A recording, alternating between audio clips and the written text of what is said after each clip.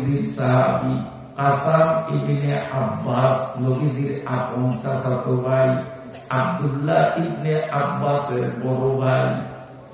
হযরতে কাসাম ইবনে আব্বাস রাদিয়াল্লাহু তাআলা নবীজির কবরে নিজের হাতের উপরে নবীজির মাথাটারে লইয়া আল্লাহর নবীর কবরের মধ্যে শোয়াইয়া মনের দুঃখে দুই চোখের পানি ছাড়িয়া জীবনের শেষ দেখা নবীরে দেখতেছিলেন। নবী তখন কাফনের কাপড়ের পেছের ভিতরে, কাসাম ইবনে আব্বাস যখন আবেগ আপ্লুত হয়ে নবীজির দিকে তাকাইয়া রইলেন, তিনি স্পষ্ট ভাবে চোখে দেখতে পাইলেন নবীজির ঠোঁট নড়তেছে, ফেস ফেস ফেস ফেস আওয়াজ শোনা যাইতেছে। ঠোঁট নড়ার কারণে কাপড়ের কাপড়গুলো নড়তেছে। হযরতে কাসাম ইবনে আব্বাস কানটা যখন কাপড়ের কাপড়ের উপর দিয়া আল্লাহর নবীর ঠোঁটের কাছাকাছি নিয়ে গেলেন, চিৎকার দিয়া বললেন, ও নবীর সাহাবীরা রে আয়। নবী কি বলে শুনিয়া যা, কবরে শুইয়াও জিন্দা নবী কান্দে, আল্লাহ তোমার ডাকে সাড়া দিয়া কবরে আসলাম, আমার তিন উম্মত গুলো রেখে আমার তিন উম্মত গুলোর কি অবস্থা হবে। আল্লাহ নবী উম্মতের এত ভালোবাসতেন, আর সেই উম্মত নবীরে চিনি না। এই জন্য আল্লাহ নবীরে শিখিয়ে দিলেন, আপনি উম্মতের জানাইয়া দেন, কুল ইন কুনতুম তুহিব্বুনাল্লাহ ফাত্তাবিউনি। ও দুনিয়ার মানুষ, যদি তোমরা আল্লাহরে ভালোবাসো, এই কথায় যদি তোমরা সত্যবাদী হইতে চাও, আমি মুহাম্মদের অনুসরণ করো। তোমার নামাজ হবে মুহাম্মদী মার্কা নামাজ, তোমার রোজা হবে মুহাম্মদী মার্কা রোজা, তোমার হজ হবে মুহাম্মদী মার্কা রোজা, তোমার বদলা দেওয়া এইটাও হবে মুহাম্মদী তরিকায়। তুমি যে গৃহস্থ হইয়া বদলা লইলা, তুমি গৃহস্থ হইবা মুহাম্মদী তরিকা। আপনার দেশে বদলা সিস্টেম আছে আছে একটু করি। বদলা দুই প্রকারের। এক প্রকারের বদলা আছে, এটা ঠিয়া বদলা, অর্থাৎ খাওয়া খাই নাই, কাম করবো বিকাল বেলা টাকা নিব। আপনাদের এলাকায় সিস্টেম আছে। আরেক প্রকারের আছে, সকালে ভাত খাওয়াই করব, পান্তা ভাত, দুপুরে গরম ভাত, এরপরে বিকাল বেলা নগদ টাকা খাওয়ানোর আছে না। তো ঠিয়া বদলার বেতন বেশি, খাওয়ানিয়া বদলার বেতন কম, এরকমই তো এখন আছে। আপনার বেয়ারের কালে বদলারে ভাত দিচ্ছেন কি দিয়া, ওই যে মোটা মোটা মটর ডাইল, এই মটর ডাইলের সিদ্ধ করিয়া কাঁচা পেঁয়াজ আর পোড়া মরিচ দিয়া ভর্তা বানিয়ে দিচ্ছেন সকালবেলা বদলাকে। এখন বদলারা মনে করছে যা খাওয়াই দুধে খাওয়াবো, হয়তো বেনে ঘরে নাই কিছু যা আছে তা দিচ্ছে, বদলারা খায় কত কম করে করে মুরগি করছে 500 টাকা। মানে বড় আপনি আপনার পোড়া পাইয়া মুরগি পাঠাইছেন, ওই খাইতে আছেন, কখন আগে মুরগি কিন্তু গ্রামে লাগতে আছে। এরকম আসেনি এই সমাজের কথা কম না, গৃহস্থের দল এখানে বেশি, বদলার দল কম। এই জন্য আপনারা স্বীকার না, কারণ নিজের গাড়ি করে বদলারা যদি আইতো ভাড়া বুঝে যে অবকেও আজ করবো, তাইলে আইতো এরা মনে করতো উড়ে কিসা কাহিনী করে দিব। কিন্তু আজকে বাস্তব ধর্মী কিছু কথা হবে, এটা বুঝলে বদলা একটাও বাড়ি থাকতে হবে কি আইতো। যারা আইসে চেহারা কয়ে দেখুন বিরস্ত হইব, বদলা চেহারা দেখলেই বোঝা যায়।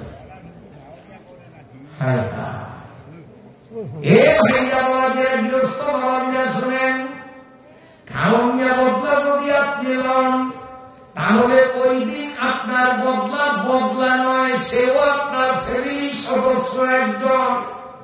আপনিও একসাথে বদলার সাথে বটিয়া খানা খাইবেন। পাহাড় ঘরে আপনার ছেলে মেয়ে স্ত্রীর খাবার আর আপিনা করে বদলার খাবার এক খাবার হইতে হবে। যদি খাবারের মানের দিক থেকে সামান্য তারতম্য হয়, জালিমের কাতারে আপনার নাম লেখা হবে। মুহাম্মদী তরিকা হলো খাবার সকলের এক হওয়া লাগবে। কথা বুঝতে পারছি? আল্লাহ বলেন নবীগণ সব সাইডে যখন আপনার উম্মতরা আপনার অনুসরণ করবে। নবী ব্যবসা বাণিজ্য করছে, করে না? এই ব্যবসা বাণিজ্য করে না? নবী ব্যবসা বাণিজ্য করছে। তো নবী ব্যবসা বাণিজ্য করতে গিয়া নারকেল তেলের মধ্যে সোয়াবিন তেল নিয়েছে, তো ব্যাপার দিয়েছে। বরং নবী বলছেন মান গাছা পালসা মিন না, যে সমস্ত দোকানদাররা সয়াবিন তেল ভেজাল দিব ন্যায় তেলের সাথে, অথবা পাম অয়েল তেল ভেজাল দিব এই সয়াবিন তেলের সাথে, যারা 1 নম্বর আদার বস্তার মধ্যে 2 নম্বর আদা এই 50 কেজির মধ্যে 5 কেজি ঢুকাইয়া বাক্যা ঢুকিয়া 1 নম্বর বস্তা বলিয়া পরিচয় দিব, আল্লাহ নবী কয় এই ব্যবসায়ীরা আমার উম্মতের লিস্ট থেকে বাদ, এটি আমার উম্মত না। নবী যদি উম্মত না কয় তো ও কপাল ভোগ আছে না নাই আপনার আছে? তাহলে ব্যবসা করার মধ্যে অনুসরণ আছে না নাই? নবীজি ব্যবসা করছেন, আবার কষ্ট হয় না, আবার নবীজি খরিদ্দার হয়েছেন, কিনছেন, কোন সময় বেচছেন, কোন সময় কিনছেন। কেন? যে খরিদ্দার দোকানদারের সাথে ব্যবহার কেমন করতে হবে এইটার বাস্তব শিক্ষা দেওয়ার জন্য আল্লাহ নবী মাঝে মধ্যে দোকানদার হয়েছে, মাঝে মধ্যে খরিদ্দার হয়েছে। মানে প্র্যাকটিক্যালি দেখে দিচ্ছে, বেচলে এই নিয়মে বেচতে হবে, কিনলে এই নিয়মে কিনতে হবে। নবী সরজমিনে দেখে। এখন আমরা কেমন করি? এই আমার দিকে এই মুদি দোকানদার আসলে না, একটা উদাহরণ দিয়ে বুঝার জন্য। আমি কাস্টমার গিয়ে খাইলাম, পেঁয়াজু খাইলাম, তারপরে আপনার চা খাইলাম, ওই লগে দুবার রুটো খাইছি, আবার মোটামুটি দেখি যে বাড়ার মধ্যে হেডিও বাদ দিয়ে মোটামুটি খাইছি, কায়দার মতো আশের মতো জোয়ারা বসছি, বইয়া করিয়া উঠে আটা আরম্ভ করছি। কোনো কথা নেই, ধরতে যাই এটাকে কি হোক বিঘা বিঘা এই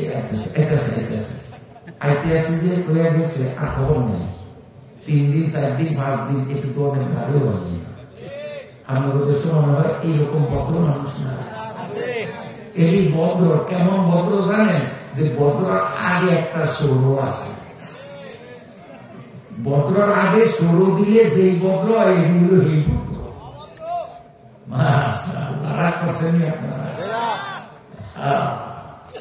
এরপরে করে কি 3-4 দিন তো দেখা হয় না, হঠাৎ 3-4 দিন পরে একদিন দেখতে কি হবে হেদিকটা এই খালি এটুক কইছে, এখনো টাকাটা দিলেন না করেন ও গিলকা আরে আমার তো ওই ঝামেলা আছে, মনে আসেন না, বিয়ে হয়ে গেলে দিয়েছেন, বিয়ে হয়ে গেলে দিয়েছেন। 7 দিন পর্যন্ত ফলে আগ্রহ খায়। 7 দিন পরে আরেকদিন দেখা বাপরানি শুরু করছেন, টাকা দিলেন না দিলেন, উঠতেই আহারে মুরব্বী মানুষ খেয়াল করে নাই কেমন বেয়াদবের বেয়াদব, চাইলেই মুরব্বীর গালা পাশ করে তারপর দিন না টাকা তুই কি করতে পারো আসেন বেড়া সাল আমাদের ঠাকুর খাইল বোমাস। এরকম অসভ্য খরিদ্দার আছে না নাই? আল্লাহ নবী বলেন মান গাসা আলাইহি মিন্না, এই খরিদ্দারের আমি সার্টিফিকেট দিয়ে দিলাম, এটা আমার উম্মত না। হাসরের ময়দানে আমি ওরে হাউজে কাউসারের পানিও দিব না, ওরে জান্নাতে যাওয়ার জন্য সুপারিশ দিব।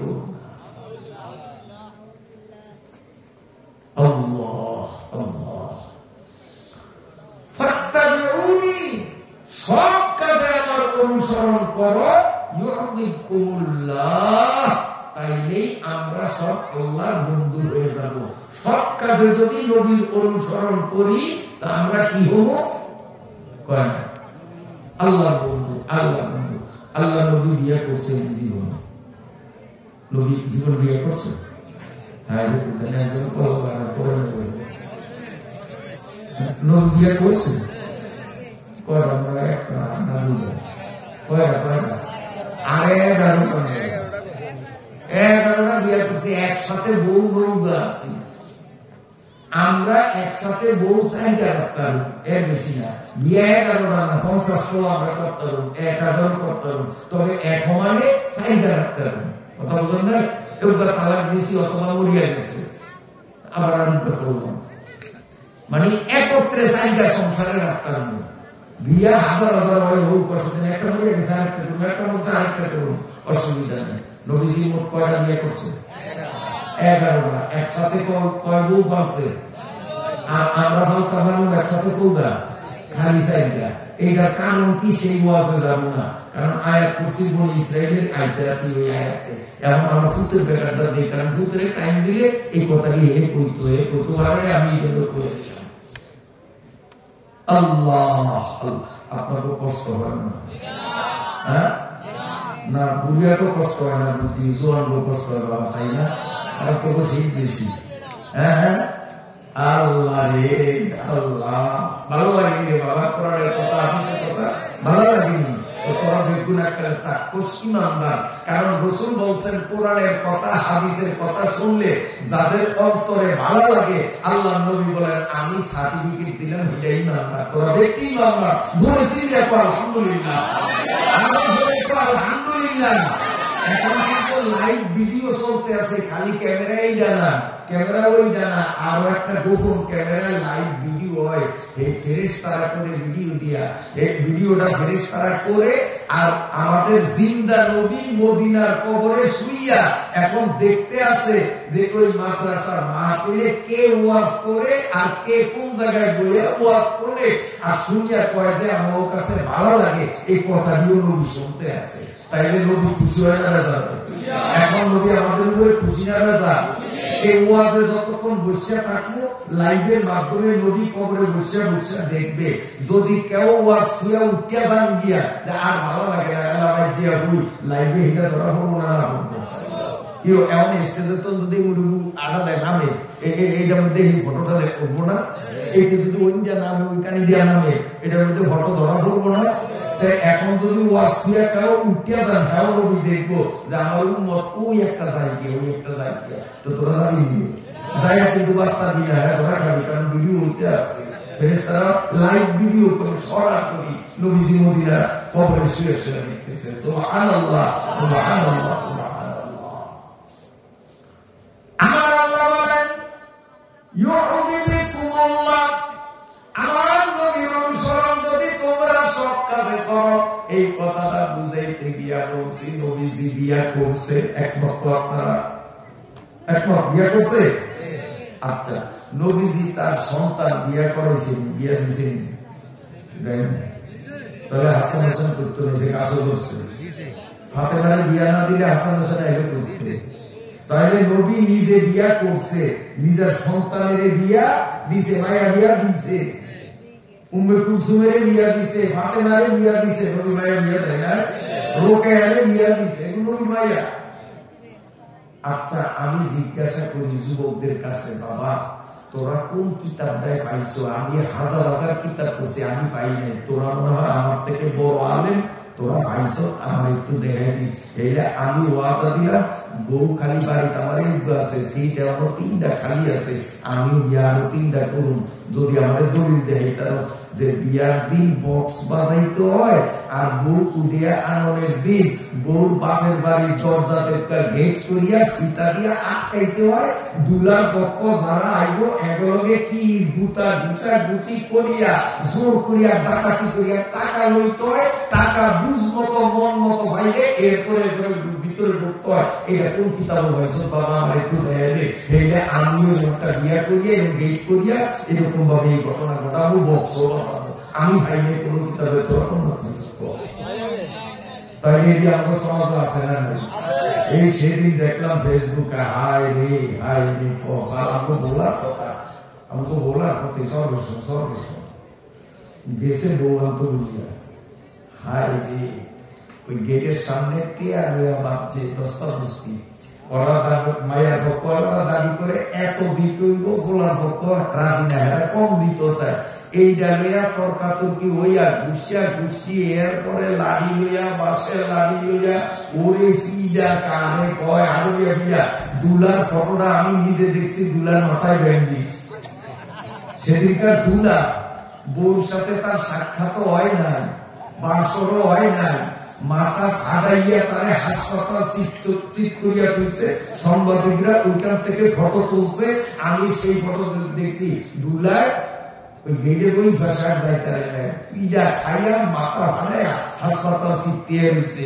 এই দুলার পক্ষের অনেকের দেখছি, আমার মায়ের আত্মীয় স্বজন হেরিও দেখছি, সব বলেছে হাসপাতালে চিৎকিয়ে রয়েছে। কি সুন্দর বিয়া রে, কি সুন্দর বিয়া রে।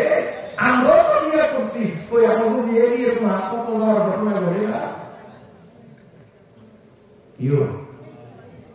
এই জন্য বাবা নবী বিয়া করছে, নবী ফোলাফাইন বিয়া দিছে, কিন্তু নবীর বিয়াতে গেট করে নয়, মেহমান থেকে টাকা লয় নয়, গেটের সামনে যুবতী মেয়েদেরকে দাঁড় করাইয়া বেপরদার সিস্টেম চালু করে নাই।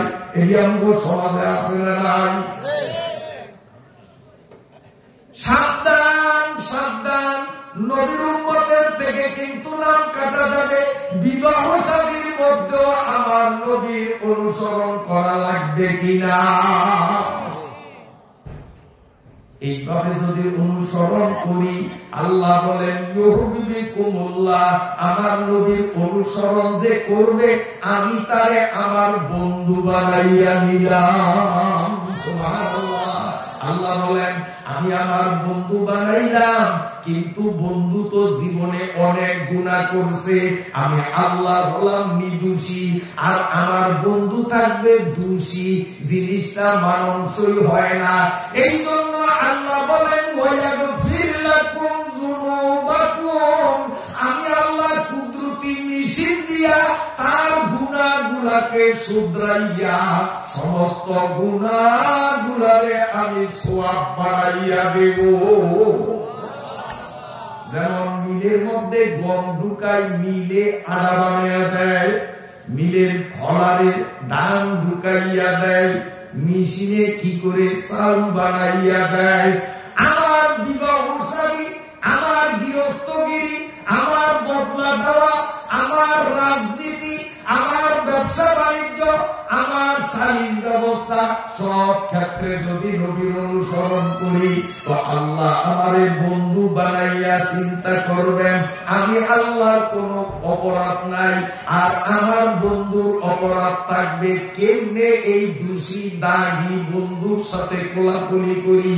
এই জন্য আল্লাহ বলেন আমার কুদরতি মেশিনের হলারের মধ্যে আমার বন্ধুর গুনাহগুলো ঢুকাইয়া দিব, ওই মেশিনের ওই মুখ দিয়া সব গুনাহগুলি সওয়াব হইয়া বাহির হবে, তার কোন গুনাহ থাকবে না।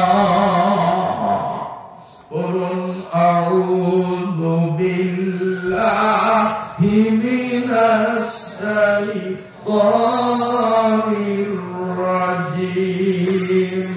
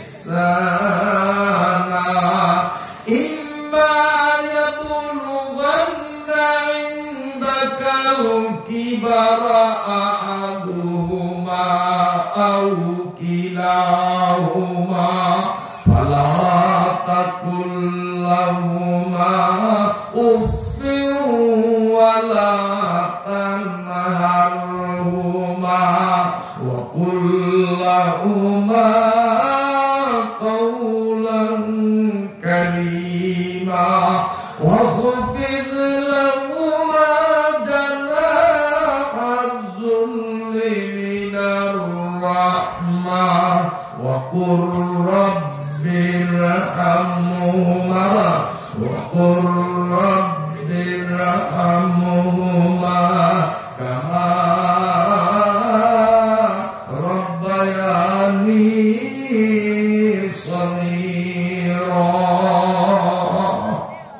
صدق الله مولانا العظيم সূরা বনী ইসরাঈল থেকে এই আয়াতগুলো তিলাওয়াত করলাম।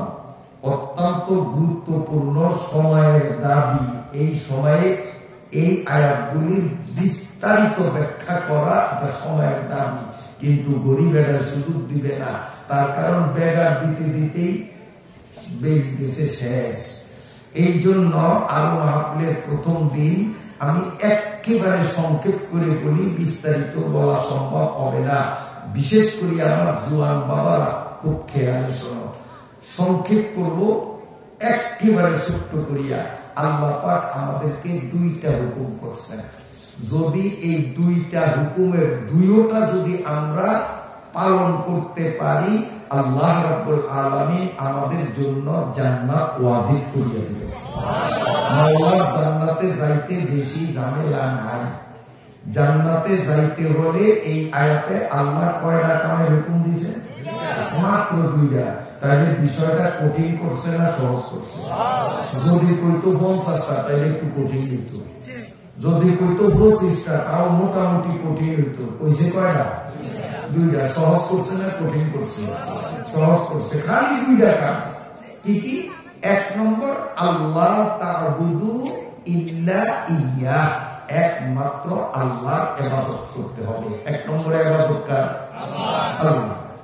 ইবাদত আরবি শব্দ, এইটা বাংলা অর্থ হইল আল্লাহ যা করতে বলছে তা করা, আল্লাহ যা নিষেধ করছে তা না করা। এই করা আর না করা এই দুটোর ইবাদত। কথা বুঝতে পারছি? আল্লাহ যেটা করতে বলছে এটা করা, আর যেটা নিষেধ করছে যেটা করিস না ওইটা না করা। এই করা আর না করা দুটোরে এক কথায় কি বলে? ইবাদত। তাহলে আল্লাহর ইবাদত করতে হবে, মানে তার হুকুম হ্যাঁ যেটা সেটাও মানবো, না যেটা সেটাও মানবো। ঠিক আছে তো? এগুলোর ব্যাখ্যা দিতে গেলে অনেক কথা আছে, ব্যাখ্যায় গেলাম না, কারণ দ্বিতীয় পয়েন্ট নিয়ে একটু আলোচনা করতে হবে। এই জন্য দ্বিতীয়টা হলো অবিল ওয়ালিদাইনি ইহসানা, মা বাবার সাথে ইহসান করা। 2 নম্বর কি বলেন? বলেন না, বোঝেন না দিকে কোন ইহসান শব্দটা তো আরবি, এটা বাংলা না। এই বাংলা কোন আগে আরবির মুখ দিয়ে আবার ক্লিয়ার কর না। 2 নম্বরে কি? মা বাবার সাথে ইহসান করা। এইবার ইহসানের অর্থ কি শোনেন, এইটা বুঝতে হইলে আরেকটা উদাহরণ বুঝতে হইলে।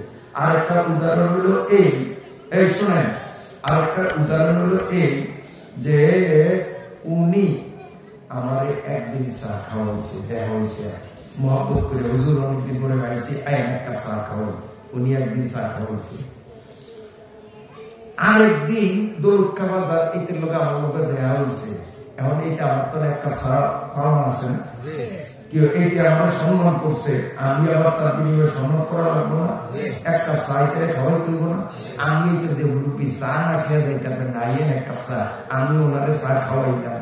এইটারে কয় আপনার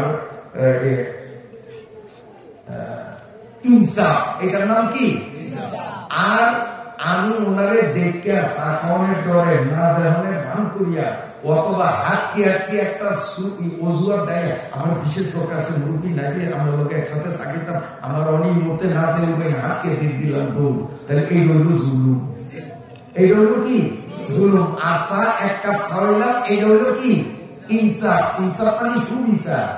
কিন্তু এইতে আমাদের খাওয়াইছে হুদা চা 1 মাস আগে, আর আমি চা গরম নিয়ে আগে 20 টাকা দামের রসগোল্লা খাওয়াইছি 2টা, এই লোকের পরোটা খাওয়াইছি 2টা, এই লোকের চাও খাওয়াইছি 1টা। বেশি খাওয়াইছি না কম খাওয়াইছি? এই বেশি খাওয়াইছি। এই জায়গাটা ইহসান। এই ইহসান, ইহসান এটার নাম কি? তাহলে কয়টা জিনিস পাইলেন? জুলুম, ইনসাফ, ইহসান। কয়টা জিনিস পাইলেন? 3টা। কি কি? জুলুম, জুলুমের ভিতরে হাতটি দিলাম, এটা হলো জুলুম। আর ওইতে 1 কাপ খাওয়াইছে, আমিও 1 কাপ দিলাম, এটা কি কয় টাকা? ইনসাফ মানে ন্যায় বিচার। আর আরেকটা হলো খাওয়াইছে চা 1 কাপ, আমি খাওয়াইছি অনেক কিছু, এটার নাম আল্লাহ কয় যদি জান্নাতে যাইতে চাও মা বাবার উপরে তো জুলুম করাই যাবে না, ইনসাফ করলেও জান্নাতের চিন্তা করতে পারো না। যদি জান্নাতে যাইতে হয় তো মা বাবার লগে ইহসান করা লাগবে। এবার বুঝাইতে পারছেন? মানে আমার থেকে মা বাবা যা পাও না তার চেয়ে বেশি মা বাবাকে দিতে হবে। বাবায় খুঁজছে এক জোড়া জুতাই রে মনু, ফজর নামাজে এশার নামাজে মাটি শুকিয়ে যায়, কষ্ট হয়, আমার একজনা প্লাস্টিকের জুতো কিনে দেয়, একজনা ফস কিনে দেয়, ডরে বেশি করে। তখন ওনার দায়িত্ব হবে কি, বাবার একজোড়া জুতার কথা কইছে, বাবা একজোড়া জুতো দেবো, একটা সুয়াটারও কিনে আনবো, কারণ এতে কষ্ট করিয়া শীতের মধ্যে মসজিদও যায়। আর সুয়াটার গাছ দিলেও তো শীত পুরোপুরি কাবার হয় না, কম দাম হইলো, আমি গরিব মানুষ একটা সাধুও কিনে আনি। তাহলে বাহের মধ্যে একজোড়া জুতা ফুটে দিল, জুতাও দিল, সাধুও দিল, সুয়াটারও দিল। এইটা কি জুলুম না ইনসাফ না এহসান? জান্নাতে যাইতে হলে মা বাবার সাথে কোনটা করতে হইব?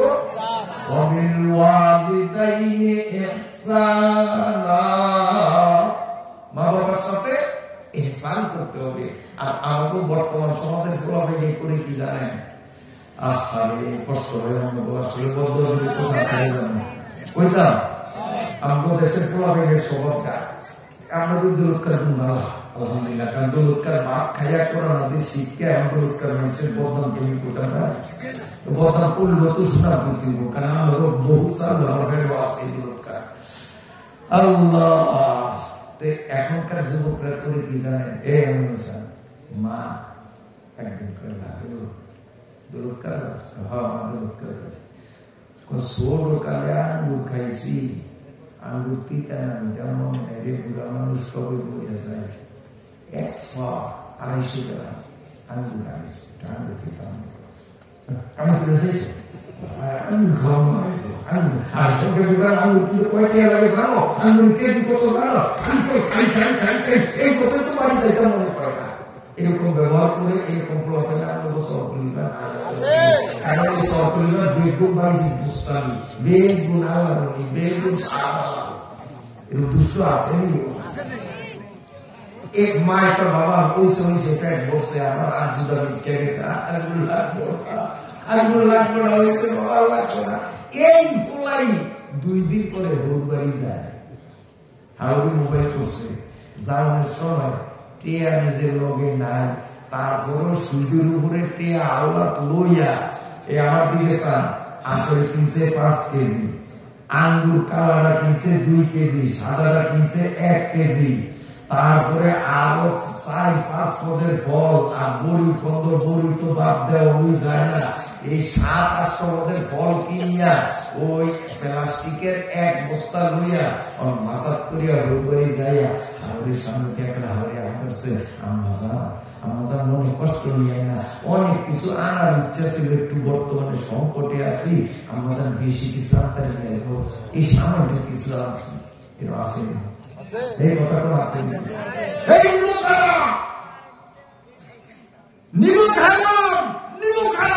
তুই দুজুকি মায়ের উপরে তুই জুলুম করেছ, যেই আচরণ তুই শাশুড়ির সাথে করেছ, এই আচরণ তোর থেকে তোর মা পাওনা ছিল। তাই বলে শাশুড়ির সাথে বেয়াদবি করা যাবে না, শাশুড়িকে শাশুড়ির স্তরে রাখিয়া সম্মান, মাকে মায়ের স্তরে রাখিয়া সম্মান। কথা ঠিক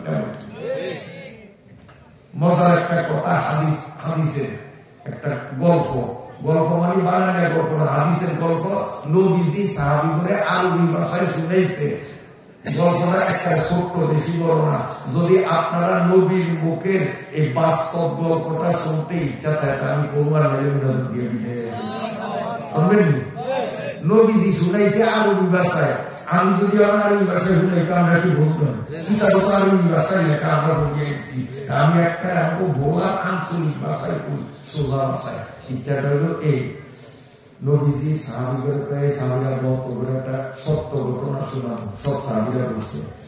নবীজি বলে ইয়াকুব নবীর বংশের, ইয়াকুব নবী আছে না, ইউসুফ নবীর বাপ, নবী শুনায় ইয়াকুব নবীর বংশের ভিতরে একজন বুজুর্গ মানুষ ফিরসা ওলি আল্লাহ, এই বেড়া সবচেয়ে বড় ওলি আল্লাহ, যেমন আমরা যখন গুরুজুর করে বড় মনে করি, এইরকম নাম করা একজন বড় ওলি আল্লাহ ফিরসা নবী আলাইহিস সালাম করে। এই ফিরসাকে ঘরের দুয়ার জানলা সব আটকাইয়া, যে মানুষের ডিস্টার্ব না করতে পারে, একলা একলা নামাজ পড়তে আছে। দুয়ার পুরা কেউ যেন নামাজে ডিস্টার্ব না করে নফল নামাজ করতে আছে। মায় তো আর কইতার না, মাথায় পাশের ঘরে মায়া এই দুয়ার টকটা, বাবা জোরাইজ রে, হুজুরের নাম ছিল জোরাইজ, বলেন কি নাম? জোরাইজ। তো মায়ের দুয়ার টকটা, বাবা ও বাবা জোরাইজ, আমি তো মা আইছি, তুই দুয়ারটা করবে বাবা। জোরাইজে তখন কই নামাজে, নামাজে হে ফেসবুক চালায় না, ইউটিউব চালায় না, সিনেমা চায় না, টিভি চায় না, কি করে? আরে কথা করে না, নামাজ করে। নামাজের জোরাই জুড়ে চিন্তা করছে, তার ছোট্ট সুরে দিয়া নামাজটা শেষ করিয়া লই, সালাম ফিরিয়ে তুই মার কথা শুনবো, মার কথা শুনবো। নিয়োগ করছিলাম লম্বা কেরাত লইয়া লম্বা নামাজ পড়বো, মায়ের যখন বলে তো ছোট্ট সুরে দিয়া নামাজটা শেষ করিয়া মার কথা শুনবো। এটা আমার সুরের মোড় দিছে ঘুরে আসছে ছোট সুরা। মায়ের ৩-৪বার বলানোর পরে দেখে জোরাইছে দুয়ার খোলে না, কথাও কয় না। মায়ের তো আর জানে না যে জোরাইছে নামাজ পড়ে। মায়ের মুখ থেকে একটা কথা লাগিয়ে গেছে, মায়ের ঠুস করিয়া কইয়া ফেলাইছে, বেশ্যা নারী দিয়া আল্লাহ তোরে বেইজ্জত করুক। বেশ্যা নারী বলতেন নিয়ে আমি বানান করিয়া দিই, বাইক দিয়ে মিলিয়ে মিলিয়ে এনে স্মরণ করবো। ঘর সামনে আঁকা, হেয়া ধরে দন্তান্ন, তারপরে কর সামনে দীর্ঘিকা দিয়ে ডেকটিনের মিলাইলে উচ্চারণ করলে যেই রইব সেই ডাইরেক্ট বেশ্যা। এবার বুঝছেন তো, বাইক দিয়ে উচ্চারণ মিলিয়ে আমি আবার বানান করিয়া দিই, খয়া ফল লগে আকার, সামনে দন্তান্ন, তারপরে ক দীর্ঘিকা। আল্লাহ এইরকম একটা দিয়া তোরে বেইজ্জত করুক। আমি বলাইছি ইজত দিবি একা, মার মুখ থেকে বাইরে গেছে, মা তো আসতে গেছে গিয়া জোরে জোর নামাজের মধ্যে। কিন্তু মায়ের বদদোয়া তো তার মতো লেগে গেছে, কারণ হাদিসে আছে সালাসু দাওয়াতিন মুস্তাজাবা, 3 ব্যক্তির দোয়া ডাইরেক্ট আল্লাহর দরবারে পৌঁছিয়া যায়। এই 3 ব্যক্তির মধ্যে 3 ব্যাখ্যা দেওয়ার আমার হাতে সময় নেই। 3 ব্যক্তির 1 নম্বর হইল মা আর বাবা ভালো দোয়া করুক আর বদ দোয়া করুক, যেই করুক, সেকেন্ড সময় লাগে না, আল্লাহর দরবারে পৌঁছিয়া যায়। আল্লাহ দরবারে পৌঁছিয়া যায়। बेहतर सजा ए मजलूमा के अंगामे दुआ करदा, बेहतर सजा ए मजलूमा के हंगामे दुआ करदा, इजाबत अज़दरे अकबारे इस्तिक़बाल मी आयात। সাথে সাথে করবে এদিকে হুজুর তো আমরা নামাজের মধ্যে এইতে চিন্তা করছেন, মা এই বদদোয়া কি লাগবো, আমি কি ফেসবুক চালাই, আমি তো নামাজের মধ্যে আল্লাহ নামাজ করি, মায়ের বদদোয়া দিল লাগবো না, এতে খেয়াল রই না। কিন্তু মায়ের তো মায়ের মতো মায়ের বড় গিয়া দুয়ার আটকেছে। এদিক দিয়া ঘটনা ঘটছে কি, সমাজে কিছু মানুষ আছে হুজুর দেখলে চোখ টনটনায়, আসেনি? হ্যাঁ, হুজুর সহ্য করতে হয় না, হুজুর দেখলেই আছে না।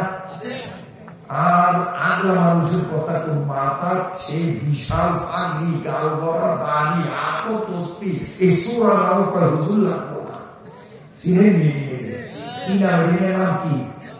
আরে আতারাতি, আতারাতি এই বড় গুলিলে পর আলেম লাগবো না। ও গাধা, তুই সব মূর্খ, সারা বছর শয়তানের পঙ্গ দ্বারা দিছ, চিল্লা তিনটা দিয়া বিচার পারবি বাঁচ, বোম মারলে তোর থেকে আলিফ বাড়ি রইবে না, হালাল হারাম শিরিক বেদাত তারপরে সহি গলত, এই ব্যাপারে তোর কি শরীয়তে হের আছে, তুই কস আলেম লাগবে না,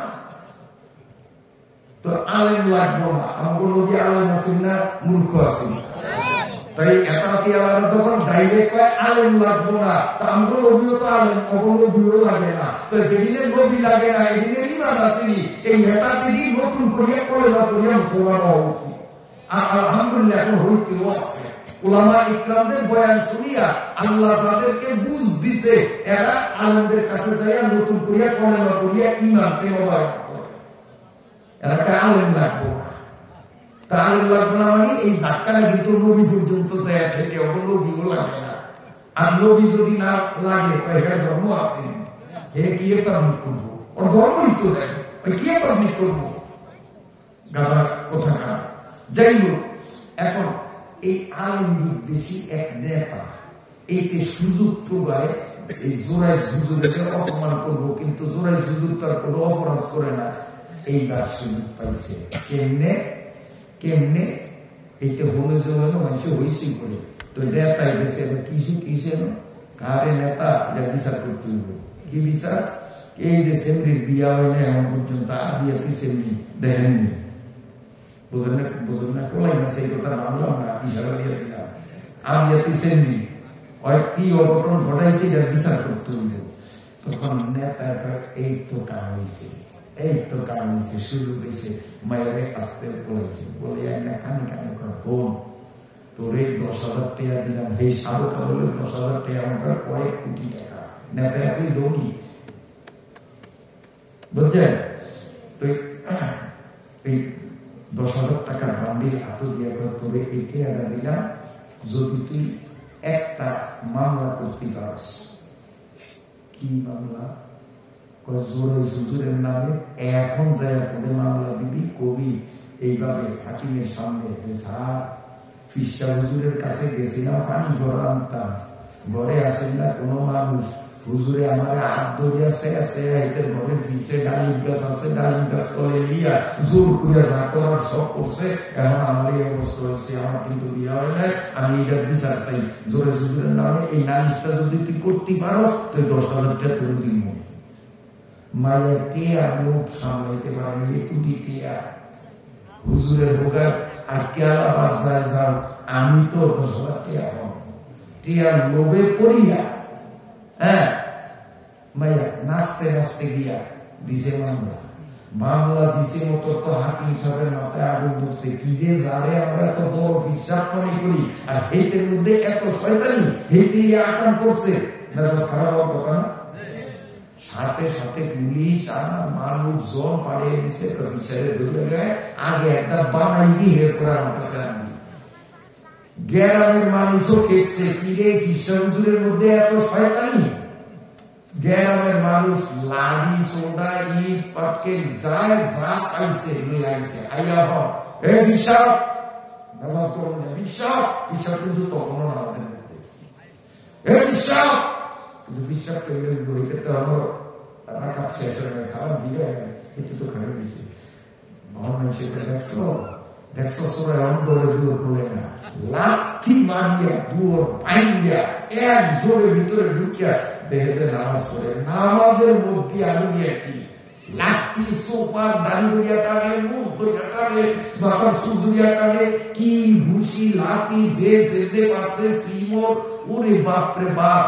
হুজুরে তো স্তব্ধ, কি আর নামাজ নামাজ ভিতরে তো একটা তুলে আনছে, এটাতে কি রে ঘটনা কি কিচ্ছুই বোঝে না, এরপরে পিছে মুখটারে বাঁধিয়া দেওয়ার কোনো কথাও না, কিন্তু তোমার একটা দিয়া হুজুরে কি রে ঘটনা কি, কথা না বাড়তিলে হঠাৎ এই অবস্থা, এটা কিচ্ছু বুঝিয়া করে না। এরপরে মাটির মধ্যে হারাইয়া একটা লইয়া গেছে হাকিম সাহেব সঙ্গে গায়ে যাচ্ছে আসামিরে, হাকিম সাহেব তো ভালো হচ্ছে, সাজা যা দিস কয় নাই, পরে আরো সাজা দিব, কঠিন সাজা, বিচার আছে, কড়া বিচার হবে। এই সাজা কিচ্ছু নাই, হইল প্রাথমিক একটু নাস্তা, সাজা হইব সামনে, এটা ভিড়ের সব গেছে রাস্তা দিয়ে টাঙ্গে, এখন তো এটা কিচ্ছু না, সাজা হইব সামনে, তখন হইতে মুখ পাবে। এরপরে এই কথার পরে কয়টা আমার মুখ খোলো, ওর থেকে তোমার মন্দির শুনি। এখন হাকিম বিচার করে, মায়ের এই কি তোর কথা পয়সা এই বিশ্ব হুজুরের কাছে পানি ভরা আনতাম দিছি, কি হাসা হাসা কথাও, কি হাসা হাসা কথাও, আসলে গেছে ফাইনাল তো গেছে, হয়তো নেতায় সাথে এনেছে। এরকম মানবতা বাংলাদেশ আলাদা দিলে হয় না।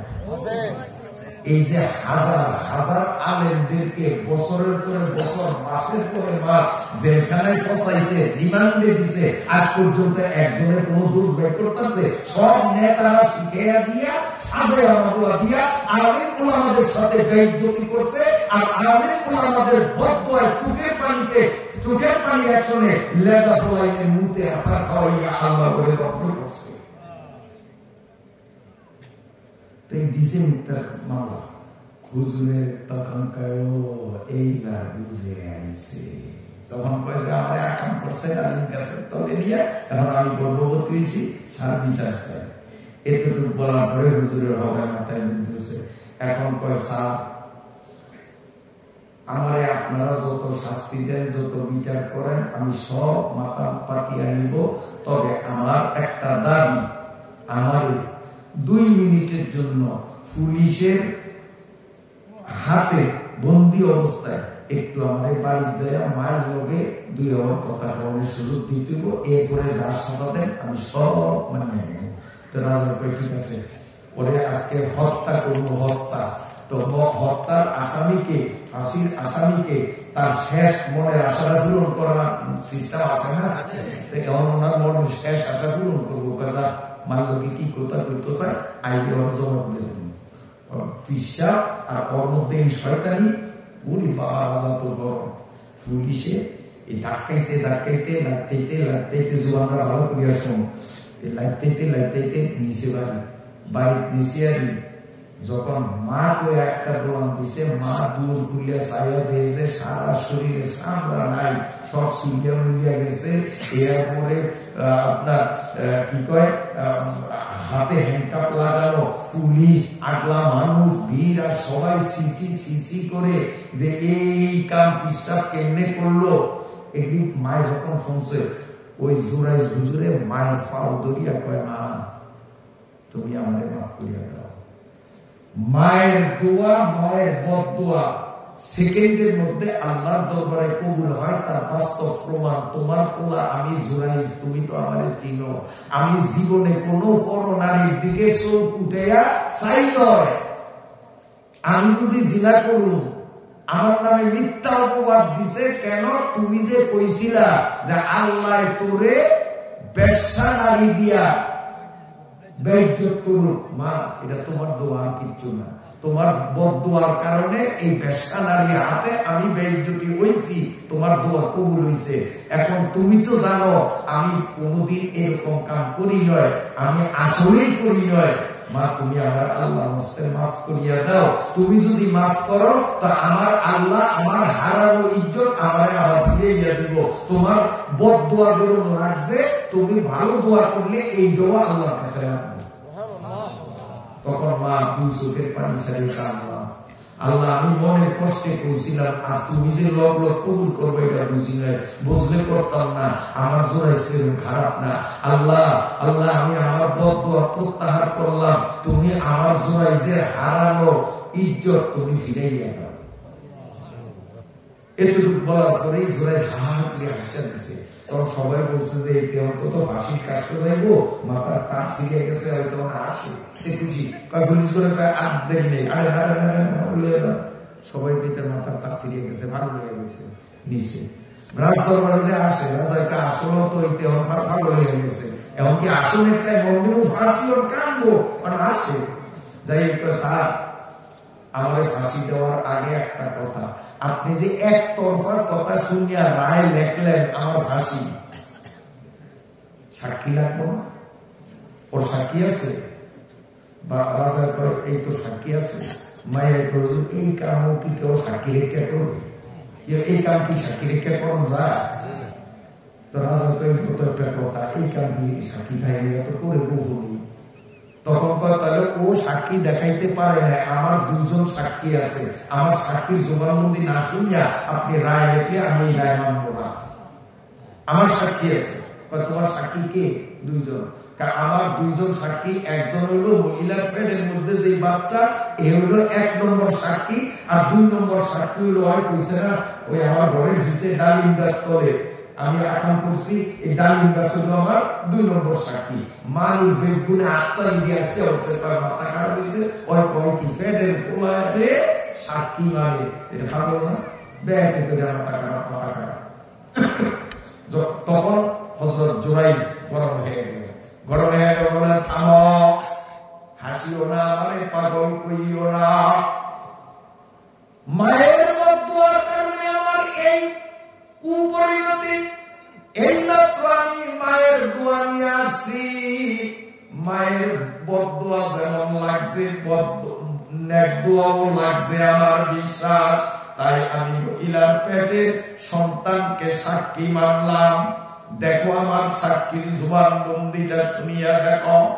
জোরাইদ মিশ্রা ওই মেয়েটার পেটের দিকে আঙ্গুল দিয়া ইশারা করিয়া বলে, এই মহিলার পেটে ছেলে বা মেয়ে কে আছো আমি জানি না, আমি তোমারে 1 নম্বর সাক্ষী মানলাম, আমি কিন্তু মায়ের দোয়া নিয়ে আসছি, আমি মায়ের দোয়া নিয়ে আসছি, সত্যি সত্যি তুমি এখন আমাকে সবার সামনে বলতে হবে আমি কবে কখন তোমার মায়ের সাথে আকাম করছি, যার কারণে তুমি তোমার মায়ের পেটে আসছো, এই ব্যাপারে তুমি কি জানো একটু স্পষ্ট সাক্ষী দেওয়া লাগবে। যখন জুরাইজ সাহেব এই কথাটি বললেন, হাজার মানুষের চোখের সামনে মহিলার পেটের ভিতর থেকে ওই বাচ্চা বলিষ্ঠ আওয়াজে জোরে জোরে বলতে আরম্ভ করছে, বিচারক মন্ডলীরা মায়ের দোয়া নিয়ে আইসা আমার যখন 1 নম্বর সাক্ষী মানছে, এই হাউজে আমি মিথ্যা সাক্ষী দিতে পারি না, আমি সত্য কথা বলি, আমার মায়ের সঙ্গে অমুক রাখালের সঙ্গে গোপনে পীড়িতের সম্পর্ক, অবৈধ প্রেমের সম্পর্ক আছে, কেউ জানে না। আমার মা মাঝে মধ্যে পাহাড়ের গুহার মধ্যে ওই রাখালের সাথে 2 ইট মিলামেশা করে, ওই অবৈধ মিলামেশায় আমি আমার মায়ের গর্ভে এসেছি। ওটা জোড়াই হুজুরের উপরে অপবাদ চাপাইয়া দিল, আমি 100% গ্যারান্টি দেই জোড়াই হুজুর জীবনে কোনোদিন আমার মায়ের দেখে নাই, আমার মা ও জোড়াই হুজুরের কোনোদিন দেখে নাই, হুজুরের বাড়িতে যায় না। 2 নম্বর সাক্ষী লাগেনি, 2 নম্বর সাক্ষী লাগে প্রায় দরবার সবাই হয়েছে, আর 2 নম্বর সাক্ষীর দরকার নাই, এক সাক্ষীতেই মামলা শেষ। সবাই জোরাইদের পাও দইয়া মাপ চায়, না বুঝিয়া অন্যায় করছি আমারে মাফ করিয়া দাও। জোরাইদ বলেন না, আমার 2 নম্বর সাক্ষীর জবান বন্দি নিতে হবে, আমি মায়ের দোয়া নিয়ে আসছি, আমার মনে বল আছে, আমার সাক্ষী সত্য জবান বন্দি দিবে। রাজা মশাই বলতেছেন দরকার নাই, 1 সাক্ষীকে আমাদের বুঝ হইয়া গেছে, 2য় সাক্ষী লাগবে না। কিন্তু একটা মন্ত্রী বলে, স্যার আসলে 2য় সাক্ষীর প্রয়োজন হয় না, তবুও মজার ব্যাপার একটু দেখি 2য় সাক্ষীর সেখানে গেলে কি কুদরতি খেলা দেখা যায়। সব মানুষগুলো মিলে হাজার হাজার মানুষ জোড়াই হুজুরের ঘরের পিছনে ডালিম গাছের কাছে গিয়ে যখন জড়ো হলো, জোড়াই পীর সাহেব বলেন, এই ডালিম গাছ আমি মায়ের দোয়া নিয়ে আসছি, আমার বিরুদ্ধে মামলা, আমি নাকি এই মহিলার সাথে তোর নিচ্ছে, ও কবে নাকি আকাম করছি, এই ব্যাপারে তুই কি জানস, একটু সাক্ষী দিতে হবে। আমার ভাইরা বাবাজিরা, আল্লাহর পয়গম্বর নবী সত্য নবী সাল্লাল্লাহু আলাইহি ওয়াসাল্লাম বলেন, জোরাইদ পীর সাহেব যখন আঙ্গুল দিয়ে ইশারা করছে। ডালিম গাছের প্রতিটি পাতা মানুষের মতো স্পষ্ট ভাষায় কথা বলা আরম্ভ করছে। ডালিম গাছের পাতাগুলি বলতেছে, মেয়ারা এই মহিলা আমি চিনি না, আমি ডালিম গাছের নিচে এই মহিলাও জীবনে কোনদিন আসে নাই, দুনিয়ার কোন মহিলাও আসে নাই। জোরাই হুজুরের খানকার মধ্যে অবৈধ কাজ জীবনে কখনো হয় না। উসে সুলতানি মুসাল্লাম মরুরা নেসে কাসরা জোরায়ে চুয়াচেরা। এ যুবক বাবা, তোদের হাতে ধরি পায়ে ধরি, মা বাবা হাত উঠাইয়া দোয়া করা লাগে না, বদদোয়া দেওয়া লাগে না। সন্তানের ব্যবহারে মা বাবার মন খুশি হইয়া গেলে অটোমেটিক দোয়া কবুল হইয়া যায়। সন্তানের ব্যবহারে মা বাবার মনে যদি কষ্ট পায়, বদদোয়া দেওয়া লাগে না, অটোমেটিক বদদোয়া হইয়া যায়। এই জন্য হাদিস শরীফের মধ্যে এসেছে, আল্লাহ পাকের নবী বলেন, যেই মানুষগুলো নিজের ব্যবহারে মা আর বাবার মনে দুঃখ দিবে, মা বাবার সাথে ইহসান করবে না, মা বাবার খিদমত করবে না, আমি সত্য নবী জানাইয়া দিলাম তাদের কপালে জান্নাত হবে না, ওগুলো জাহান্নামী। সবাই বলি নাউযুবিল্লাহ, সবাই বলি নাউযুবিল্লাহ। এই জন্য যুবক বাবারা, তোদের পায়ে হাত রাখিয়া বলি, যদি মা বাবার সাথে বেয়াদবি করিয়া থাকো, আজকে রাত্রে বিছানায় যাইয়া বালিশে মাথা দেওয়ার আগে, রাত্রে খাবার খাওয়ার আগে মায়ের পাও ধরবি, বাবার পাও ধরবি। এই পৃথিবীতে এমন মা আর বাবা খুঁজিয়া পাওয়া যাবে না। সন্তান যদি মায়ের পা তো দূরের কথা, হাত ধরলেই মা মাফ করবে না, বাবা মাফ করবে না, এমন মা বাবা দুনিয়াতে পাওয়া যায় না। কথা ঠিক না বেটি? এই জন্য বলবো, বাবার পা ধরবি, মায়ের পা ধরিয়া তুই চোখের পুরোটা পানি বানাইয়া বলবি, মা গো তুমি মাফ করিয়া দাও, লইলে আমার উপায় নাই। মা বাবার কাছে মাফ চাইয়া মরণ পর্যন্ত মা বাবার সাথে ইহসানের সম্পর্ক ঠিক রাখবি। আর যাদের মা বাবা মইরা গেছে, যাদের মা বাবা জিন্দা নাই, আপনাদের উদ্দেশ্যে আমার নবী 4টা সবক দিয়েছেন। যাদের মা বাবা জিন্দা তাদের জন্য সবক হলো মা বাবার কাছে মাফ চাওয়া, মা বাবার খিদমত করা, তার আগে আল্লাহর ইবাদত বন্দেগী ঠিক রাখা, 3টা কাম। আর যাদের মা বাবা বর্তমানে দুনিয়ায় নাই, এই বুড়া মানুষগুলোর মা বাবা দুনিয়াতে নাই, এই বুড়া মানুষগুলোকে আল্লাহ নবী বলেন, এদের জন্য 1 নম্বর কাম আল্লাহর ইবাদত ঠিক করা, তারপরে তাদের 4টা কাম, সর্বমোট 5টা কাম যদি করে, আমি আল্লাহর সত্য নবী গ্যারান্টি দিলাম, মা বাবার সাথে ইহসান হয়ে যাবে। কবর থেকে মা বাবা তারে মাফ করবে, আল্লাহ মাফ করে দিবে। আবার বলছি, আমার শেষ কথা এখন মুনাজাত হবে। যাদের মা বাবা জিন্দা আছে বাবা, 1 নম্বরে আল্লাহর ইবাদত, নামাজ, রোজা এগুলা করবা। 2 নম্বরে মা বাবার কাছে মাফ চাইবা। 3 নম্বরে তোমার শক্তি খাটাইয়া মা বাবার সাথে ইহসানের ব্যবহার করবা। আর যাদের মা বাবা কবরে, যাদের মা বাবা দুনিয়ায় নাই, তাদের 1 নম্বর কাম হলো আল্লাহর ইবাদতকে প্রথম ঠিক করা। 2 নম্বর কাম হলো মা বাবার মতো বয়স্ক মানুষ দেখলে তাদেরকে সম্মান করা। যেমন এই বুড়িয়া আরেক বুড়িয়ারে সম্মান করা, বুড়িয়ায় বুড়িয়ায় খেলর খেলর না করা, ঝগড়া জাতি না করা। ঠিক আছে, 1 নম্বর। 2 নম্বর কাম হলো মা বাবার রক্ত সম্পর্কিত আত্মীয় যারা, তাদের সাথে আত্মীয়তার সম্পর্ককে তাজা করা। যেমন বোনের বাড়িতে যায় না 8 বছর, আছে না এমন অনেক ভাই?